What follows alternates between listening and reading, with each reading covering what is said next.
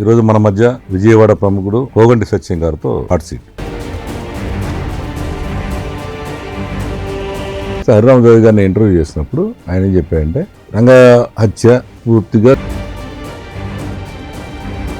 రంగా గారి గ్రూపు, నెహ్రూ గారు, గాంధీ గారిది గ్రూపు అవటం వల్ల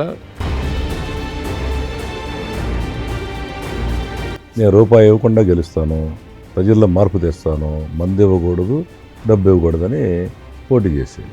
ఇప్పటికి కూడా మా వాళ్ళకి బుద్ధి రావట్లేదండి.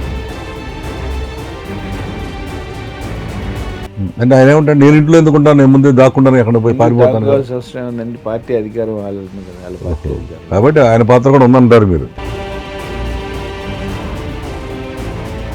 ఇప్పుడు ఒకటి సూటి ప్రశ్న అండి మీకు, రంగా గారు ఇప్పుడు ఆయన చనిపోయారు, ఆయన ఇప్పుడు ఏ పార్టీ మనిషిగా మీరు భావిస్తారు?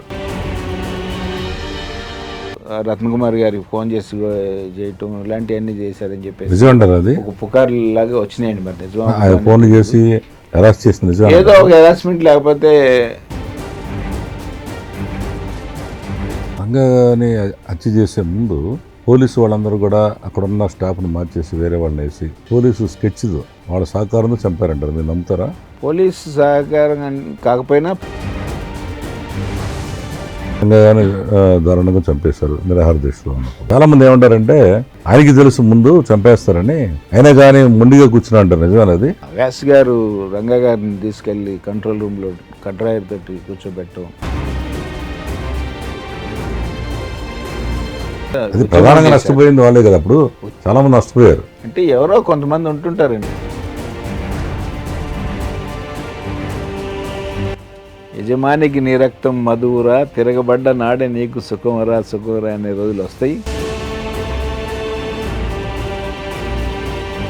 ఇప్పుడు ఈ హిడ్మాయ్ ఎన్కౌంటర్ నిజమైందంటారా, లేదా పోలీసులు కావాలని చంపేశారు? మీ అభిప్రాయం ఏంటి? భార్య పిల్లలతోటి తల్లిదండ్రులతో సంబంధం లేకుండా 25 ఏళ్ళు, 20 ఏళ్ళు, 30 ఏళ్ళ తర్వాత ఈ బాడీలను తీసుకుంటున్నారు తప్ప పాపం వాళ్ళు.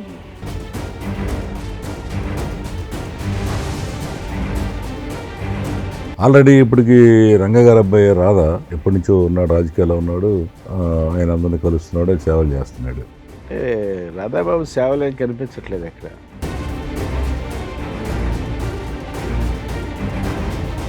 ఒకటండి, ఇప్పుడు ఆశా కిరణ్ మ్యారేజ్ చేసుకుని అమ్మాయి వెళ్ళిపోయింది, ఎక్కడో ఆస్ట్రేలియాలో అక్కడికి ఉండి తర్వాత హైదరాబాద్ స్థిరపడుతుంది. సడన్ గా ఇప్పుడు రావడానికి కారణం వీళ్ళిద్దరికీ విభేదాలు ఉన్నాయంటారా, అన్నకిని చెల్లికి? ఈ విధంగా ఏ పార్టీ వాళ్ళు పడితే ఆ పార్టీ వాళ్ళు వాడుకుంటున్నా కానీ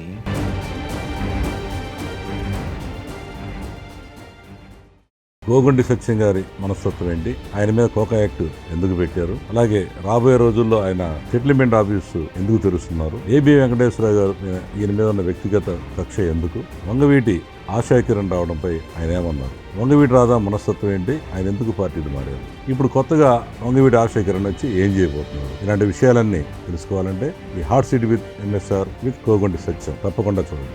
ప్రముఖ పారిశ్రామికవేత్త, విజయవాడకు చెందిన కోగంటి సత్యంతో హాట్ సీట్ విత్ ఎంఎస్ఆర్ ఈ బుధవారం డిసెంబర్ 31వ తేదీ సాయంత్రం 5 గంటలకు మీ నెంబర్ 1 న్యూస్లో. Don't miss it.